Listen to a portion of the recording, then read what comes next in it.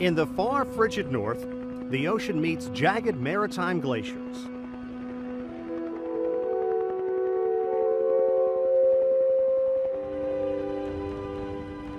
Soon, those glaciers and the rough terrain give way to what seems like an unending blanket of white. The Greenland ice sheet. Beautiful and serene.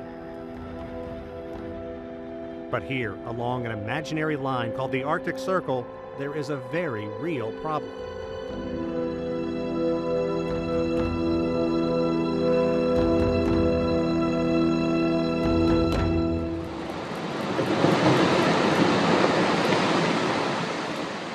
A meltdown like none ever recorded in this area of the world.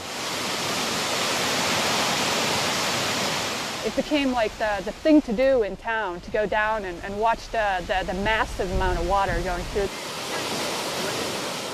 The Arctic is experiencing, I would say, a crisis. The meltdown is changing long-held beliefs about the Arctic and its weather patterns, as well as being blamed for affecting conditions around the globe and triggering a rise in global sea level.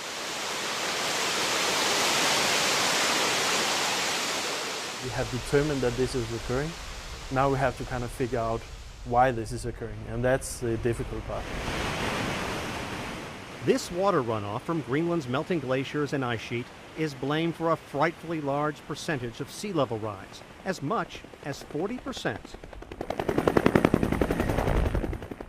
Air Greenland's trademark red helicopters spent a summer taking researchers back and forth to no man's land, the heart of the ice cap. I've noticed an increase in scientists coming up here talking about it. So that's how I know the ice is melting.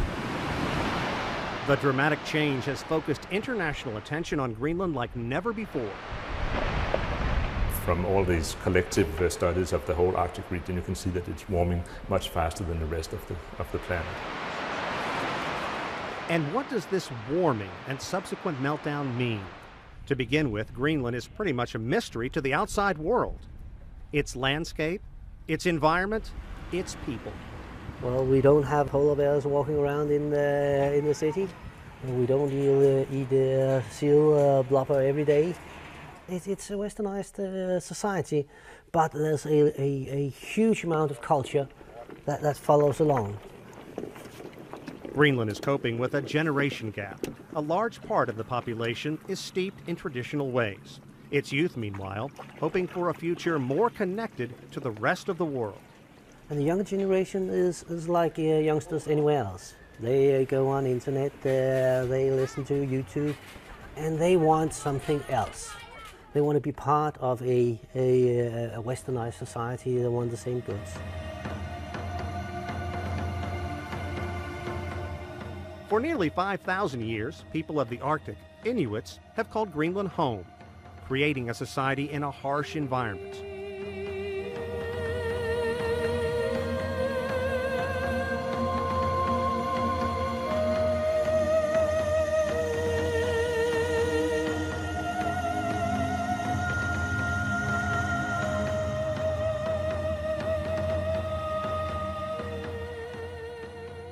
In one of the country's largest towns, Ilulissat, there are more sled dogs than people.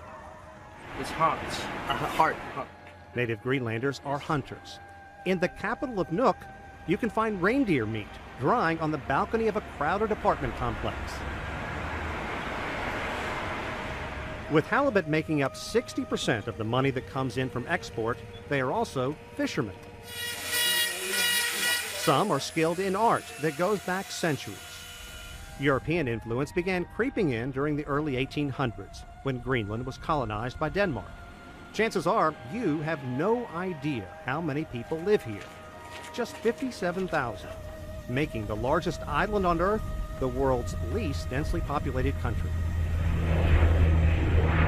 We don't have any roads, we don't have any trains. It's air transport, it's sea transport. Getting from one spot to the other isn't easy or cheap. Roughly a third of all Greenlanders live in the capital of Nuuk. Nuuk, like almost all populated towns, is located on Greenland's west coast. There are colorful homes, squeezed into almost every available inch of livable real estate.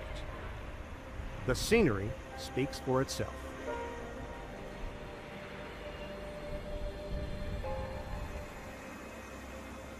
In the last few years, Greenland began gaining independence from Denmark.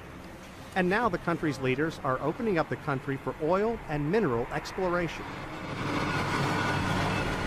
When the ice is melting, there is more land getting exposed and it's easier to access the minerals in the ice zone. Not everyone likes that. It's a shame. It's a shame for government in Greenland. I think it's very bad. Do you think that the government is for sale in a way? Yeah. The lake on the surface. So as this lake is filled, there are cracks on the ice that they're not very deep. For legions of researchers like Marco Tedesco, massive melting and the changes it's fostering are all uncharted territory. In 2012, we had a new record set in terms of melting over the Greenland ice sheet. In just a few short but hot days in August, there was melting over 97% of the ice sheet, virtually the entire cap. No one saw it coming, not like this.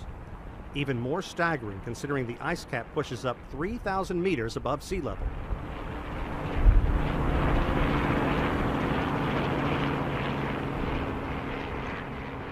Tedesco is a professor of Earth and Atmospheric Sciences at the City College of New York.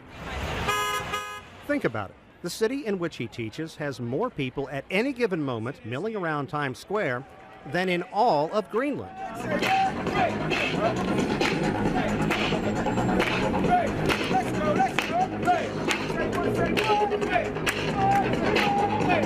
An irony not lost on Tedesco. I felt that I was like the man stepping on the moon. And what I clearly remember was the sound of the ice under my, boots, and the fact that can I step here, can I step there? I was almost afraid of breaking it. But that was a very strong feeling and something that probably we remember for the rest of my life. It is incredibly windy, incredibly cold, and incredibly beautiful and awe-inspiring to be standing here in Greenland's massive frozen wasteland. But here, amid this snow and ice, it's hard to believe that the ice sheet is melting as fast as scientists say. But it is, and this country is changing.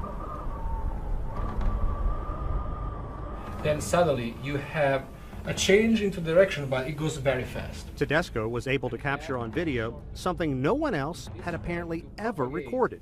But this is the bedrock, okay?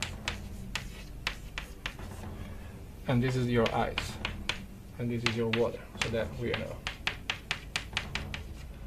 And then this water suddenly and violently drains through this channel, which is called Mulen, and it makes it larger and larger, and it starts draining all the water sitting on the top. This is a catastrophic event. It's important because it's a symptom of an environment in flux.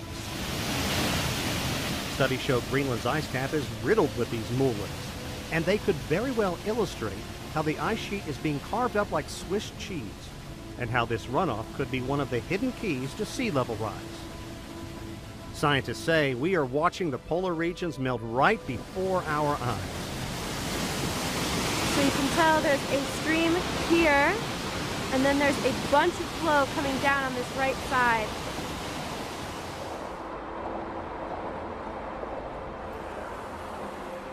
Many blame 100 years of pumping carbon dioxide from vehicles and factories into the atmosphere, fueling the greenhouse effect.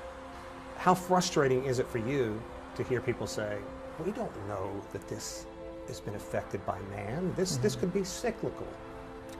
It's not frustrating. I don't feel frustrated. I would waste my energy if I would be frustrated. It is something that we are responsible for, yes, we as humans. Is it something that we can do something about it? Yes. Is it something that we should do something, and are we doing? I'm not convinced. Understanding the summer's record melt-off and how it's apparently affected by carbon dioxide is important because the 1.8 million square kilometers of Greenland ice basically serves as a cooler for the Earth's atmosphere. And if you listen to scientists, the cooler is broken. I mean, think about it, you know, snow is this white reflective surface. And if you remove that, you know, that sunlight, the radiation that's coming in, it's not going to be reflected back in the same way. It's gonna be absorbed by the ground. It's gonna warm it up. And the same with Arctic Ocean. You lose the sea ice, you lose the reflective properties. The water will be even warmer, and you'll melt more ice and really see like the massive flooding. Åsa Rennermalm is an environmental engineering professor at Rutgers University. She's trying to determine how all the melting is affecting the Earth's climate, why what's going on up here is leading to subtle but serious changes in the environment everywhere on the planet. It's very hard to say, oh, there's, you know, these changes going on. So we just need to collect more data to understand the system. Like, okay, this was an extreme summer, and is next summer going to be extreme again, or, you know, we're going to see something different.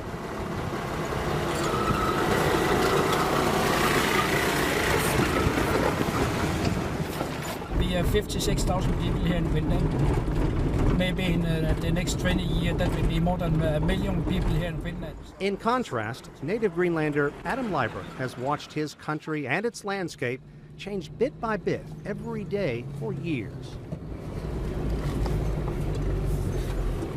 He's a guide who drives tourists from the town of Kangerlussuaq to nearby Russell Glacier. Liebert likes to boast that at 25 kilometers in length, this is one of the longest roads in all of Greenland. The road is long, but no one says it's smooth. There is perfect life.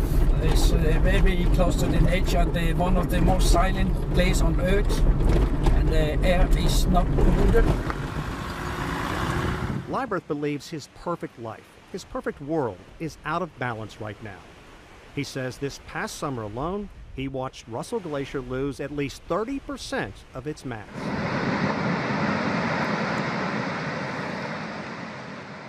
What do you think about the big change? Or do you worry about it? Do you think about it? Yeah, I think about it. Even for me, each of the ice in the past 2 years, the ice retiring nearly 300 meters back is even for me scary. For even my hairs rising up when I saw that, I think I'm beginning to think about it. And even for us, I calculate with the speed, maybe in the 40, 70 years in the century, we can probably cross from here to East Greenland without ice. That would be no ice. Liebert will be the first to say he's no expert, but there are a host of scientists gathering precise data. Yeah, there's plenty of observations. We used to see the glacier here, and now we don't. You might have some long-term measurements there, but GRACE quantifies that in the perspective of the entire ice sheet. So NASA researcher Scott Lufke spends his life poring over detailed information, interpreting the info that comes from satellites called the Gravity, Recovery, and Climate Experiment. In science circles, it's called GRACE. GRACE can detect the most subtle, minute changes in land ice, down to the width of a human hair. At the end of this decade that we're looking at, the last couple of years, we see very large anomalies in the melt season. So we're seeing larger and larger melt season losses. Lufke has put together sobering information covering the years 2003 to 2010. On average mind you, Greenland has lost 230 gigatons from the ice sheet every year. And for some perspective, about 80 gigatons is the amount of water in the Chesapeake Bay. So nearly 3 times the amount of water in the Chesapeake Bay is being lost, that's equivalent water, is being lost in ice to the oceans every year on average over that time period. Think about that. On average, every year, Greenland has been losing 3 times the amount of all the water in the Chesapeake Bay. And 2012 was no average year. It appears 2012 saw 40% more runoff than an average year. By any standards, it's a colossal amount. So what we see is significant loss. Most of that loss is coming from the margins of the ice sheet, the low elevations in the marine terminating glaciers. We've seen loss over that time period go from persistent loss in the southeast going all the way up to the northwest now, and even in the north we're seeing significant loss. That's why we call it a Goliath year, because it really outstands above everything.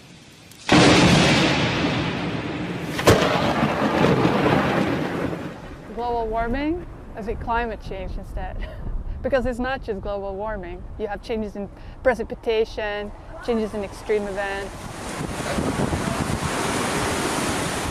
Extreme events could be triggering extreme conditions around the world.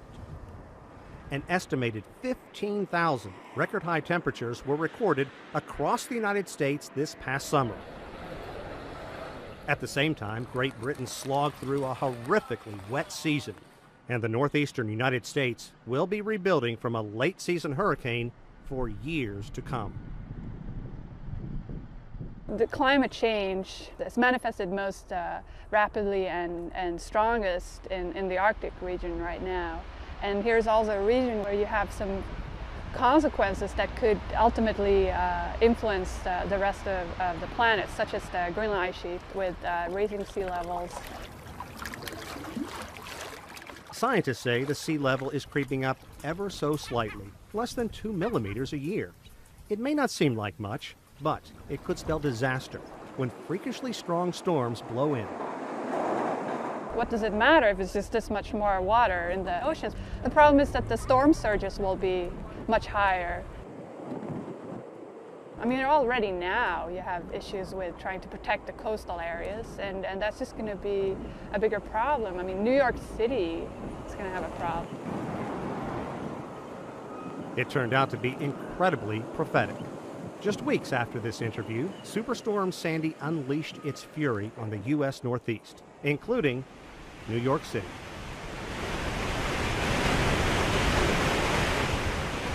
And why is what's happening in Greenland important?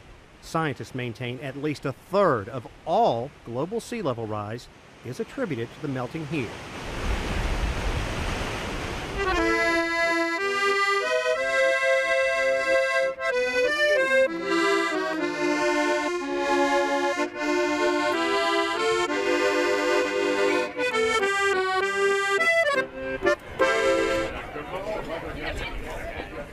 For centuries, people in Denmark have had a special relationship with Greenland, colonizing Greenland in the early 1800s. And in Copenhagen, there's a tribute to Knud Rasmussen, son of a Danish cleric and Inuit Danish mother. Rasmussen explored much of the country with sled dogs in the early 1900s, long before sophisticated satellites would map the rugged environment. And Copenhagen always ranks high on cities with the best quality of life. And it's one of the most environmentally friendly cities in the world. Roughly 2 million citizens in the metro area with a wealth of restaurants, entertainment, and Tivoli, a world-famous amusement park. Many here fear a bumpy, unsettling future. Studies show the sea level could rise as much as a meter by the year 2100, having a punishing effect on waterfront cities, and much of that fueled by Greenland. No, I don't think it is 100 years from now. I think it's happening much faster than anyone predicted. And what I think is the very worrying part is that when people think, oh, well, it's nothing to do with me, you know, we are all in this together. It is one world. Well, yeah, I'm concerned about global warming because I think it's happening. The fact that most of the seasons are changing in a lot of different countries for the worse. Yeah, I mean, I don't use a car in Melbourne now for that reason. Really? Yeah.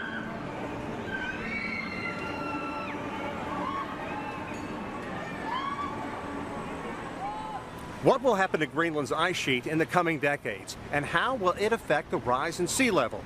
It's a global question, but one that is especially important in cities like Copenhagen, virtually surrounded by water. In talking with scientists and researchers, one thing is crystal clear. If we're going to understand the future, we must first determine how climate change has affected our past. Greenland is a wonderful place because It holds a record of everything that happened on the planet since 3.8 billion years ago, almost 4 billion years.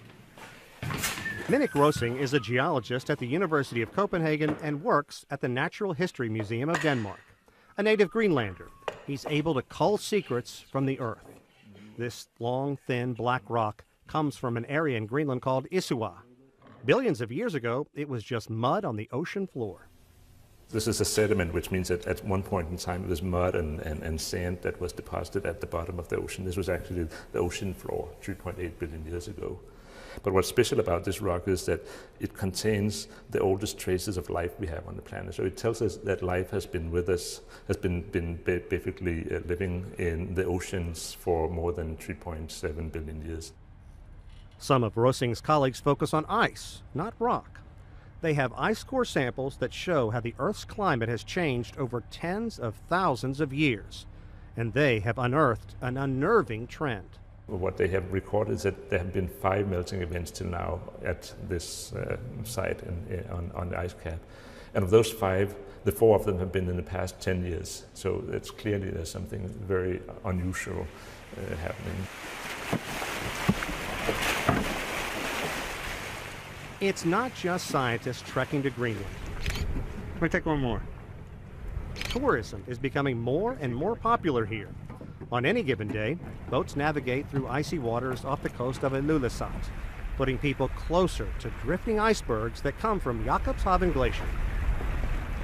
Scientists and researchers have been studying Jakobshavn Glacier for more than a century and a half, dating all the way back to 1850. In fact, a large chunk broke off in the early 1900s, and an iceberg made its way from here into the North Atlantic. It would have melted into obscurity had that iceberg not crossed paths with a luxury ocean liner on her maiden voyage, the Titanic.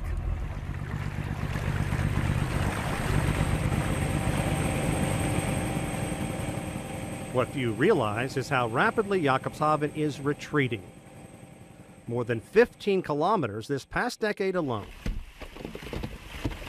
Ice and Inuit culture are intertwined.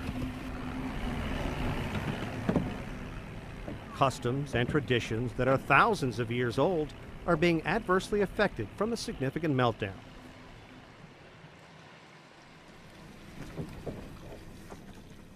So Greenlanders like John Eliasson find they have more time to spend fishing for halibut on long lines.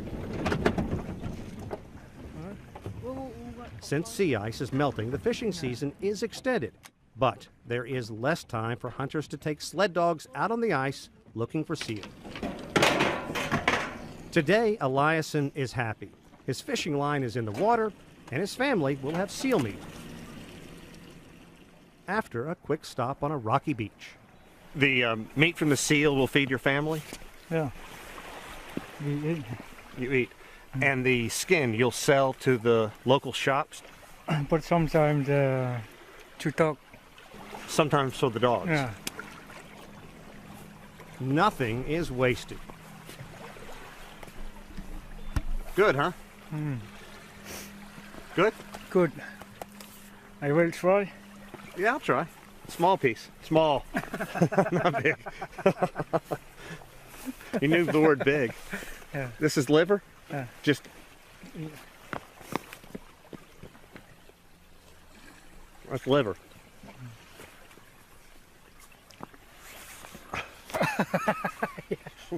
That takes getting used to. An adventure for me, but a dietary staple for people in Greenland.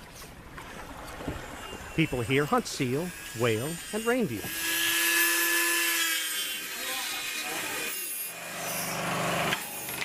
And many bones and antlers wind up among a group of craftsmen in Ilulissat who will make money off tourists. Christian Flu is the most celebrated artist in town, and his most treasured pieces are these, called tupalaks. He says in the old times they were used as a tool to curse your enemies, but now they are just used as a decoration in the home. Flu's work has been in art shows in France and the United States, but he leads a humble life. Like everyone in Greenland, Flu is keenly aware Greenland's environment is changing. It's very, very important to preserve the culture. But Flu says he's not nervous about its future, saying it's been preserved for a long, long time. The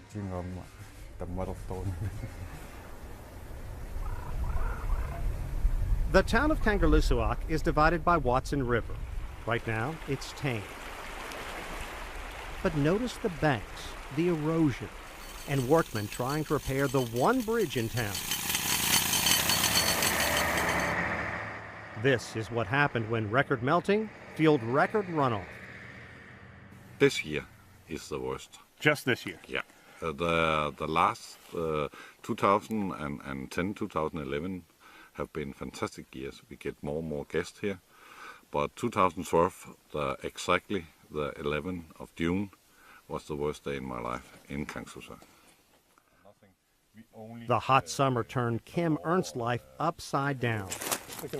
His restaurant, the Rowing Club, is on one side of the bridge, most of the town and its citizens on the other.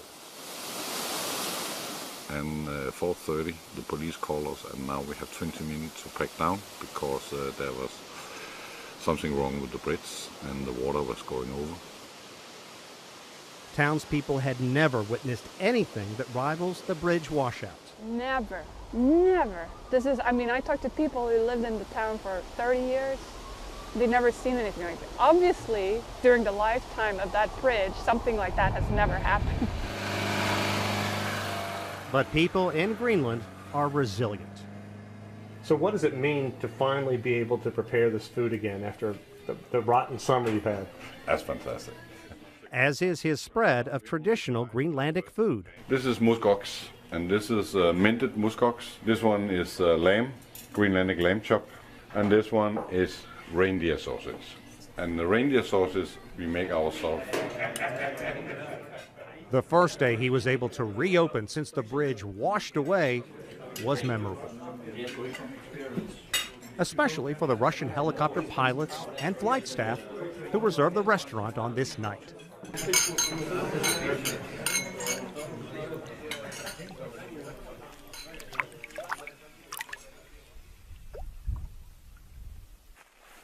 This is how the people of Greenland want you to see their country. A pristine glacial lake surrounded by raw, rugged beauty. But there is a lingering hangover from this past summer's massive thaw, and a lot of people here are wondering, what's next? And I'm afraid with Greenland shall exist like Greenland are today, be a beautiful place with fresh air and no pollution. I don't think so. Do you want to see pipelines and machinery all over these mountains? No, then I go from here. Then I'm finished. Because my guests don't want to see that. My guests want to come and see what they see today.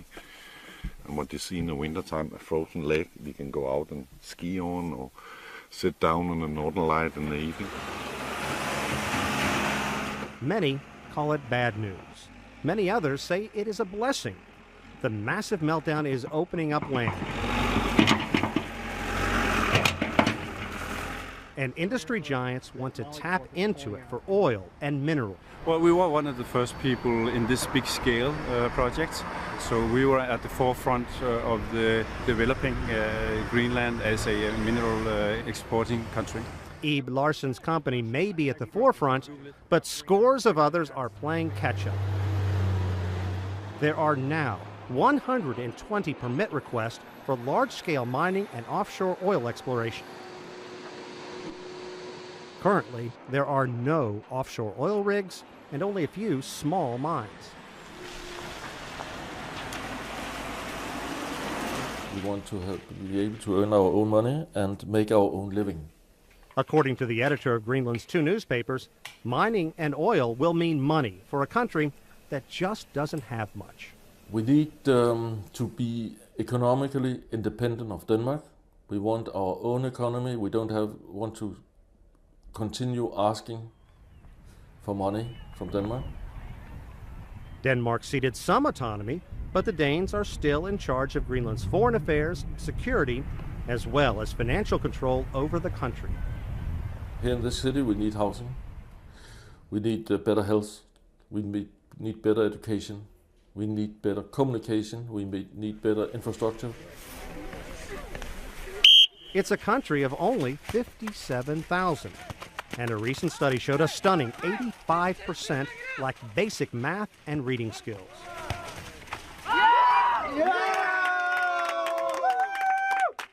Realistically, how can a government this small negotiate with companies that big? Aren't you worried that this country is going to be taken advantage of and just be overwhelmed? Yes, we are very worried. And we as a newspaper is too small to investigate this company coming in.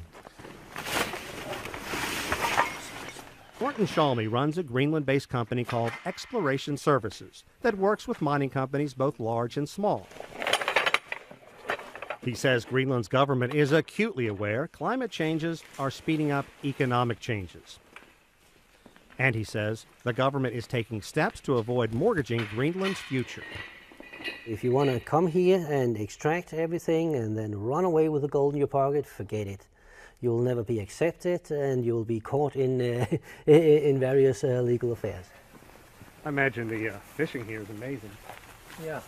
I don't say no minings in Greenland, but don't start like the place in like no fjord.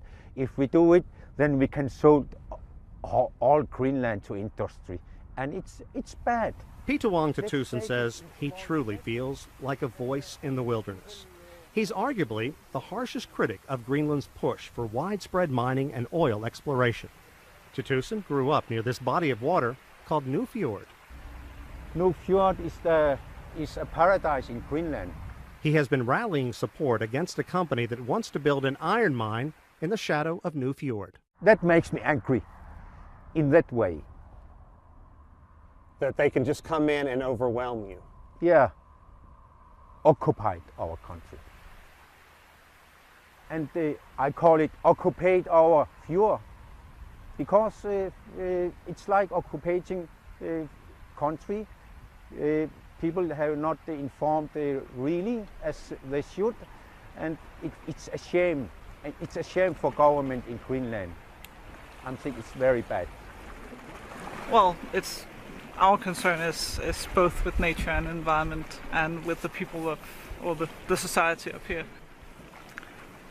They are building capacity as they go along, but it's fairly new and it's just overwhelming. You have so many projects right now. It's the number of licenses that are currently being worked on is amazing, and you have all these town hall meetings, all these where you try to engage people in debates about it, but it's difficult to understand these projects. It's the material is like you have a 500-page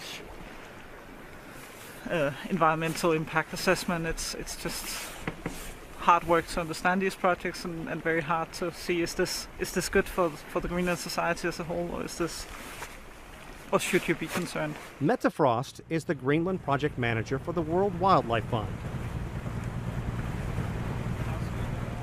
Like many, she doesn't believe the debate would even be going on if Greenland's ice wasn't melting so quickly. With nature, of course, there's a great concern that like there'll be a oil spill, there'll be a leak, and if you imagine a spill of oil in an area like this, it'll just be devastating for fisheries and devastating for the whole area. There will be a lot of pollution in water, in landscape, and air. They told us, engineers, and so they told us there will not be there will be a very small pollution, but the fact is that in 10, 15, 30, maybe more years, there will be a lot of pollution in fjord and water and air. So we are very, very concerning about that. Nuuk is essentially becoming a hub as Greenland's young leave small fishing and hunting towns and communities that dot the coastline. But you're seeing conflicts, new coming in, the old way of life going away. What's that like to see firsthand? Yeah, there's a trend of people moving from the smaller settlements into Nuuk, as you see in many other places around. Thomas Joel Peterson works at Nuuk's Climate Research Center. The smaller communities are being depopulated and people moving to the bigger cities because there's better opportunity for jobs and education and all these things, and people are getting more aware of this. But now, there's only one city that's growing, that's Nuuk. Nuuk, Nuuk, Nuuk, Nuuk. Climate change is accelerating this migration. Many are coming because they believe they'll find a better job, working for one of the big mining companies that's setting up roots in Greenland.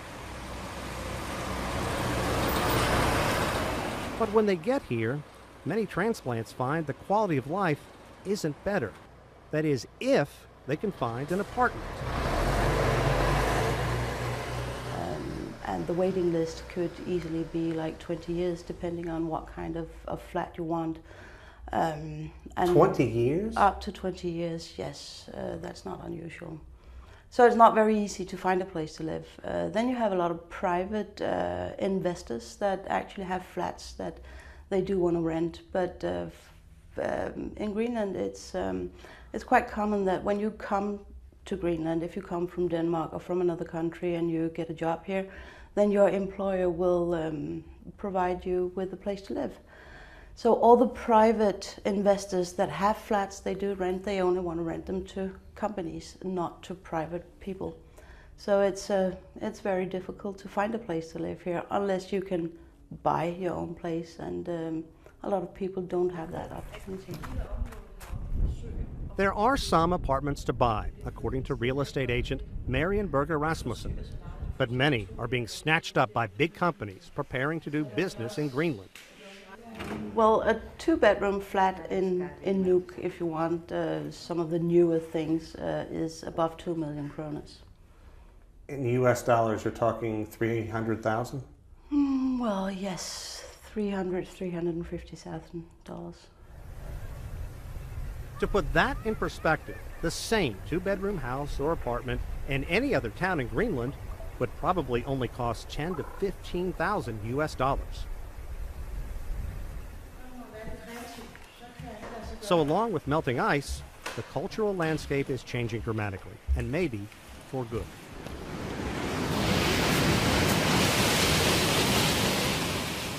What do you make of the people who portray what happened this summer as a catastrophic event, a harbinger of things to come? Are they making too much out of it too soon, or is there realistic concern that man has affected the climate to the point where we need to make some dramatic changes? I think that for sure that we have affected the climate. Whether it's catastrophic or not, I think that's too early to say. Taking the minimum sea ice extent in the Arctic Ocean, for instance, that this is probably not the lowest we will see. Like, this will probably in the future become even smaller extent of the sea ice. So I don't think that we have seen the most extreme of what we experience, and as we were talking about as well, that the climate seems to be more in a flux state right now. It's not so stable. We see more of these extreme events, the coldest month on record, the warmest month on record, the strongest storms, the numerous storms. These things are just indications that the climate is in a state of flux. It's changing. All the more reason the world and its scientists need to understand Greenland and what's happening here. If we're going to make policy, we better have damn good numbers, and we better be able to project those and forecast those at some degree of accuracy and confidence, and that degree of confidence should have a number. It should be quantified, so the country can do, and society can do better policy making. A massive ice sheet that will spell disaster if melting continues unabated. If all of it would melt tomorrow, it would raise global sea levels with about 7 meters. All right, that's a lot of water, and it's not going to happen overnight. It's not going to happen over the next 100 years. But even just a fraction of that amount of ice melting over the next 50 years could have consequences for people living everywhere on the globe. On the ice cap, it's easy to feel far removed from a pending crisis.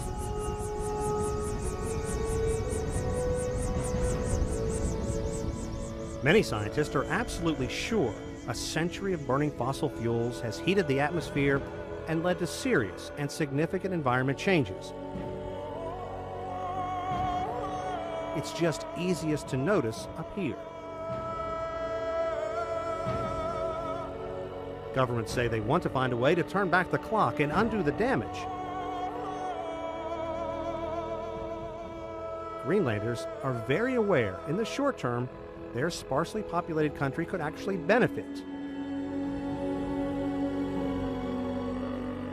But the immediate reality is there is no easy solution, if there is one at all.